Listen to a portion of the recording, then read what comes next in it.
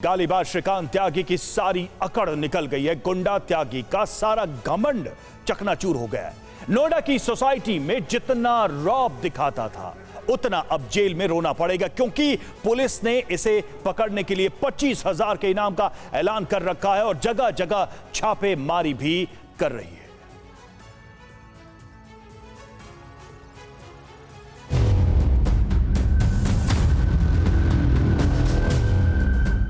गालीबाज श्रीकांत त्यागी के अवैध साम्राज्य पर बाबा का बुलडोजर चल गया है।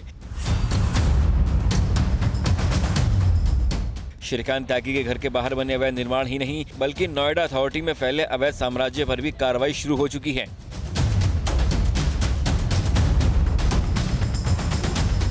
दरअसल गुंडा त्यागी नोएडा अथॉरिटी में अपना सिक्का चलाता था। उसने एक पॉट सोसाइटी में सिस्टम को ठेंगा दिखाकर अपने घर के बाहर से लेकर पार्किंग तक अवैध निर्माण किया हुआ था, लेकिन अब तक उस पर कोई एक्शन नहीं कर पाया।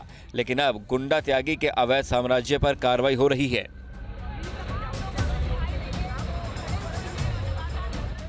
देखिए कैसे त्यागी ने अपना घर के बाहर अवैध निर्माण करा रखा है, जिस पर नोएडा अथॉरिटी ने बुलडोजर चला दिया।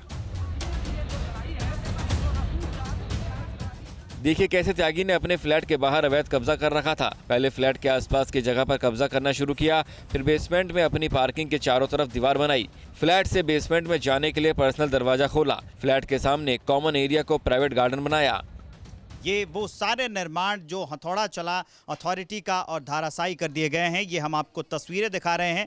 यहाँ लकड़ी से उसने ठीक ठाक पूरी की पूरी अपने इलाके को सजा रखा था और पूरी की पूरी सोसाइटी में अवैध कब्जा किया हुआ था। ये हथौड़ा चलने के बाद की वो तस्वीरें हम आपको दिखा रहे हैं। हम अपने कैमरामैन से कहेंगे कि वो पीछे का हिस्सा दिखाएं जहाँ सुबह पेड़ लगे हुए थे। पेड़ को उसने उखाड़ दिया है और उसके बाद से ये तस्वीरें निकल कर सामने आई हैं। किसी भी सोसाइटी के कुछ नियम होते हैं, उसी के मुताबिक लोग वहां रहते हैं, लेकिन त्यागी अपने आप को इन नियमों के ऊपर मानता था। उसने वो सब किया जो उसको करने से मना किया गया। लोगों ने उसकी शिकायत की, लेकिन किसी ने त्यागी के खिलाफ कार्रवाई करने की हिम्मत नहीं की।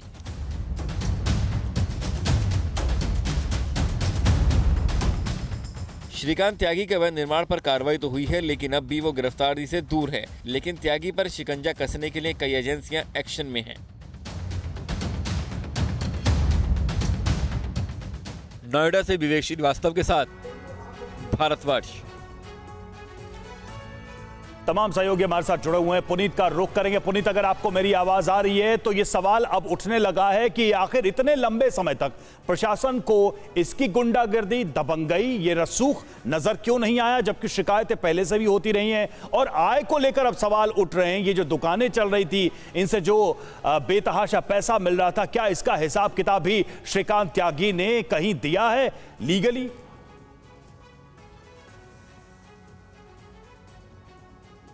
देखिए, इसमें सबसे बड़ी बात यह है कि जैसे ही इस पूरे मामले में एक वीडियो वायरल हुआ, उसके बाद श्रीकांत त्यागी, जो इससे पहले अपने आप को नेता बताता था, वो अब गैंगस्टर के तौर पर जाना जाने लगा है। एक ऐसा गैंगस्टर जिसकी तलाश उत्तर प्रदेश की सभी जिलों की पुलिस कर रही है, एसटीएफ की टीम कर रही है। 18 टीमें लगाई गई हैं पकड़ने के लिए श्रीकांत त्यागी को। उस पर 25,000 रुपए का इनाम भी घोषित हो चुका है।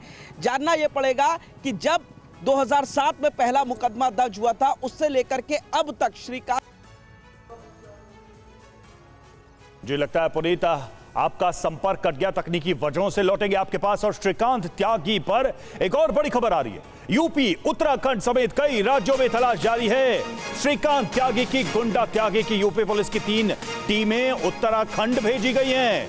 लखनऊ में भी यूपी पुलिस दबिश दे रही है। हरिद्वार में श्रीकांत त्यागी को आखिरी बार देखा गया है और उसके आधार पर उसकी तलाश की जा रही है। किशोर रावत हमारे साथ इस वक्त जुड़े हुए, हमारे सहयोगी। किशोर, उत्तराखंड से क्या खबरें मिल रही है? किस तरह से श्रीकांत त्यागी की, गुंडा त्यागी की तलाश की जा रही है उत्तराखंड में? देखिए, उत्तराखंड की अगर बात करें तो कल ही डीजीपी ने कहा कि अगर कोई भी जरूरत यूपी पुलिस को जरूरत होगी, हम उनको सहयोग करेंगे। और देहरादून एसएसपी ने ये जरूर कहा था कि नोएडा पुलिस से उनका संपर्क हुआ था, उन्होंने कुछ बात करी थी, लेकिन श्रीकांत त्यागी के मामले में ज्यादा कुछ बात नहीं की है। एक जानकारी मिल रही है कि उस श्रीकांत त्यागी जो भगोड़ा है वो ऋषिकेश या हरिद्वार में हो सकता है। इसके लिए रविवार को यूपी एसटीएफ ने यहाँ पर सीसीटीवी खंगाले थे। नारसन बॉर्डर जो कि उत्तराखंड का बॉर्डर है, मुजफ्फरनगर के साथ लगता है, वहां पर भी जो मेन बॉर्डर है वहां पर सीसीटीवी फुटेज देखे गए थे। टोल प्लाजा ब्रिज आते हैं कई, वहां पर चेक किया गया था, वहां पे नहीं मिले थे।